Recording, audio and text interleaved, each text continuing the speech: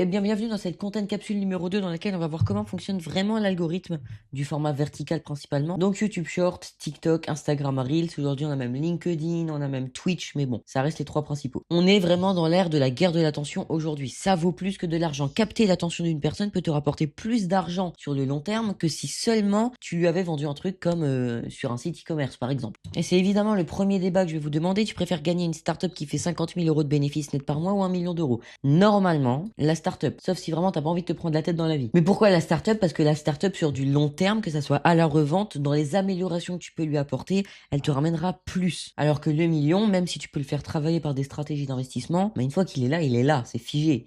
T'as 1 million d'euros, c'est cool, mais une startup aurait pu être beaucoup plus avantageux pour toi sur le long terme. Et c'est pour ça qu'en utilisant ce principe, faut imaginer que chaque utilisateur, c'est une startup rentable. C'est pas de l'argent sur du très court terme, par contre, ça peut t'en rapporter de plein d'autres manières, mais ça on va le voir juste après. Dans tous les cas, c'est ce qu'ont compris les réseaux sociaux, parce qu'en réalité, eux, ils ne veulent pas ton argent, ils veulent ton attention et ils veulent ton temps. Donc en gros, ils te veulent toi. Et c'est maintenant que c'est important, parce qu'on va voir comment à partir de toi et en 3 étapes, ils peuvent créer un écosystème et un algorithme qui nous déglingue le cerveau tous les jours. Et qui leur ramène énormément d'argent, évidemment, c'est le plus important pour eux. La première étape, c'est assez facile, c'est la dépendance. C'est le fait de créer une addiction chez le consommateur afin qu'il revienne plus et donc que tu captes plus son attention et que tu prennes plus de son temps. Le format vertical est une machine de casino, ni plus ni moins. Tu verras qu'en réalité, c'est comme appuyer sur une machine à sous en boucle jusqu'à gagner, parce que des fois tu gagnes un peu, des fois tu perds, des fois tu regagnes beaucoup mais tu repères plus. Bref, c'est le principe du casino et je vais t'expliquer pourquoi. Tu lances Instagram. Première vidéo, toujours en général cool, une vidéo qui te plaît. Ton cerveau il est curieux, il regarde vite fait la vidéo, ça lui plaît, il est content, dopamine. Ensuite, la vidéo lui plaît pas du tout, elle est pas ouf, pas content, stress, cortisol, développer de la cortisol.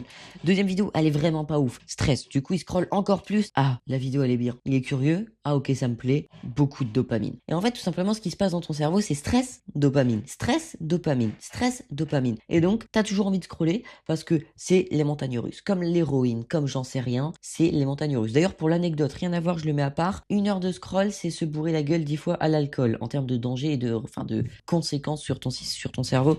Donc ouais, c'est pas mal à éviter, mais c'est pas grave parce que nous, ce qui nous intéresse, c'est de le mieux comprendre l'algorithme et de voir comment il marche pour pouvoir nous créer des vidéos qui sont vraiment fonctionnelles. La frustration crée, comme je l'ai dit, du cortisol et donc du stress. La curiosité que tu vas éprouver envers une vidéo va vite se résoudre. Au bout de 5 secondes, tu sais si ça te plaît ou si ça te plaît pas. Si ça te plaît pas, c'est de la frustration. Si ça te plaît, c'est encore plus de dopamine. Mais le fait d'être curieux et de vouloir une réponse, de savoir si ça te plaît ou non, ça génère déjà de la dopamine. Donc ça génère un peu, ça te plaît pas, ça te stresse, ça te plaît, ça te rend très heureux. Encore une fois, on peut voir la boucle en 4 étapes. T'anticipes, t'as envie de voir si la vidéo elle va te plaire ou pas, ça génère de la dopamine. Ça te plaît énormément, tu es très content. Ça ne te plaît pas, ça te stresse, donc tu scrolles pour te déstresser tout simplement. En gros, les gens qui scrollent 3 heures par jour, moi je les vois comme ça. Hein. Clairement, ça fait maintenant 2 ans que je lutte personnellement pour limiter mon taux de scrolling parce qu'en fait, ça reste encore une fois des mécanismes qui deviennent inconscients. Dès que tu t'ennuies, téléphone. Pour tout, des fois je fais mes exports de montage et le temps que ça pendant 2-3 secondes d'attente, je lance mon téléphone. Donc je travaille de plus en plus au quotidien pour limiter ça et actuellement, je scrolle 20 minutes par jour en moyenne, assez fier de moi. Mais bon, si on veut vraiment savoir comment déterminer si une vidéo est bien ou non et comment on va faire en sorte de créer une vidéo qui libère de la dopamine chez l'utilisateur, on le verra dans le Content Capsule 3, donc n'hésite pas à t'abonner. En attendant, nous on a fini la première étape, donc on peut passer à l'étape 2, le chapitre 2, c'est la data, la deuxième partie de leur plan démoniaque. Littéralement, on n'est pas dans le complot, hein, c'est vrai et c'est logique et je vais te l'expliquer et tu vas comprendre que c'est logique. Un réseau social, c'est tout de toi, dans les moindres détails. Que ça soit par les messages que tu envoies, les stories que tu regardes et pendant combien de temps tu les regardes, les messages que tu envoies, à quelle personne, de quel sexe, les temps de remis que tu laisses, les temps de réponse, à quel point tu réponds beaucoup, à quel point tu fais des vocaux, à quel point tu écris, à quel point tu likes des publications, à quel point tu passes longtemps sur des publications. Bah en fait, tous ces éléments permettent de clairement et facilement déterminer ton profil. Et c'est vraiment tes interactions qui te trahissent. Le temps passé par post, tes commentaires, les likes, partages, republications, le temps de tes remis, les vues, réponses que tu donnes, tes heures de connexion, les gens que tu suis, les temps passés sur les stories, les temps passés sur les stories 2 fois, parce que c'est important. C'est vraiment tous ces éléments mis bout à bout qui font qu'en fait, c'est ultra facile de connecter beaucoup de données sur toi. Si tu as Netflix, tu pourras te perdre sur le documentaire Derrière nos écrans de fumée qui le démontre très bien.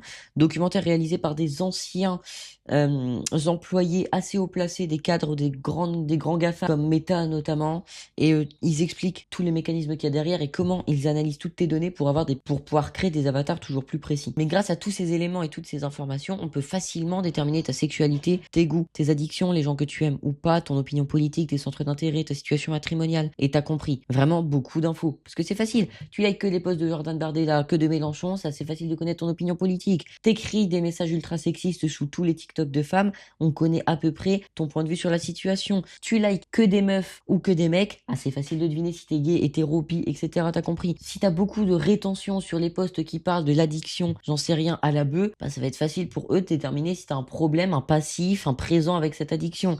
Bref, ils peuvent vraiment déterminer beaucoup d'informations sur toi ultra facilement. Évidemment qu'il y a des normes et il y a de la régulation, notamment en Europe.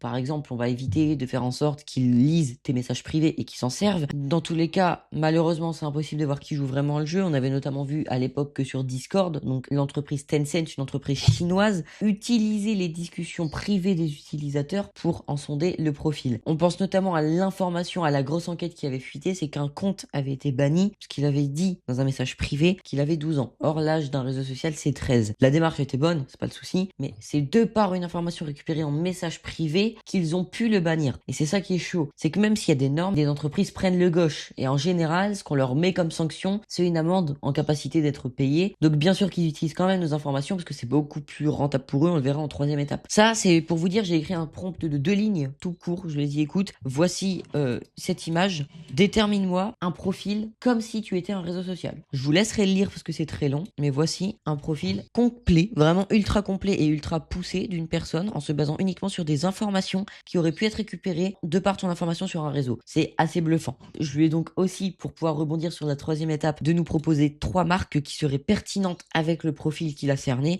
On voit Notion, MyProtein, Revolut, N26. Ces 3 marques qui pourraient extrêmement bien correspondre à notre profil qui était juste au-dessus si tu l'as lu. Et pourquoi j'ai demandé à ChatGPT de nous montrer des marques? Parce que ça nous permet de rebondir sur la troisième étape, la publicité. Quand tu scrolles au quotidien, tu vois qu'entre tes vidéos, tu as des publicités. Comme là, on peut voir une publicité du ministère des Finances avec les finances publiques. Perso, moi, ce que j'ai fait, c'est juste lancer TikTok, scroller entre 2 vidéos et je suis tombé sur ça. Parce qu'en réalité, chaque réseau social a créé des régies publicitaires. Aujourd'hui, n'importe quelle entreprise est en capacité de pouvoir faire des publicités sur Meta. Et pour les mêmes très grosses entreprises, ils ont des offres qui sont d'ailleurs à part. Mais les régies leur font des offres publicitaires avec des nouvelles fonctionnalités de plus en plus poussées pour obtenir des meilleurs ROI, retour sur investissement.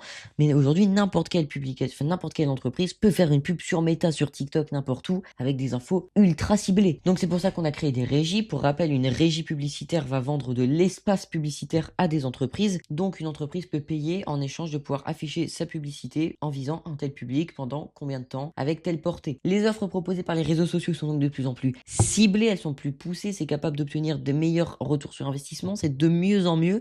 Donc les entreprises, elles dépensent, que ça soit McDo, que ça soit Nike, que ça soit le gouvernement, que ça soit la petite entreprise de ton daron, que ça soit les mecs en dropshipping, que ça soit moi pour vendre mes formations, c'est tellement poussé, il y a tellement de retours sur investissement que tu donnes ton argent parce que tu feras plus de ventes, donc tu vas le récupérer. C'est limite de l'investissement maintenant, la publicité pour une entreprise. C'est la base, évidemment. Qu'est-ce qui transite entre les deux? Des transactions monétaires, clairement. Et c'est comme ça que le réseau social gagne de l'argent au quotidien, qui fait son chiffre d'affaires. Donc on est passé de capter un max ton temps et ton attention pour que tu passes un max de temps sur notre application et que tu crées une addiction pour qu'on puisse cerner l'intégralité de ton profil et qu'on puisse donc le proposer aux entreprises qui sont le plus enclins à te faire acheter leur offre. C'est démoniaque, mais bon, on n'est pas là pour remettre en cause ce principe, c'est dans tous les cas le capitalisme et ses dérives. Et donc nous, une fois qu'on a bien cerné cet algorithme et qu'on comprend comment ça marche et comment ils font leur chiffre d'affaires, on va pouvoir aller tranquillement rentrer dans le moule en tant que créateur pour créer des vidéos qui sont tellement performantes que le réseau social va les mettre en avant. Ça on le verra dans le content capsule numéro 3, comment faire des vidéos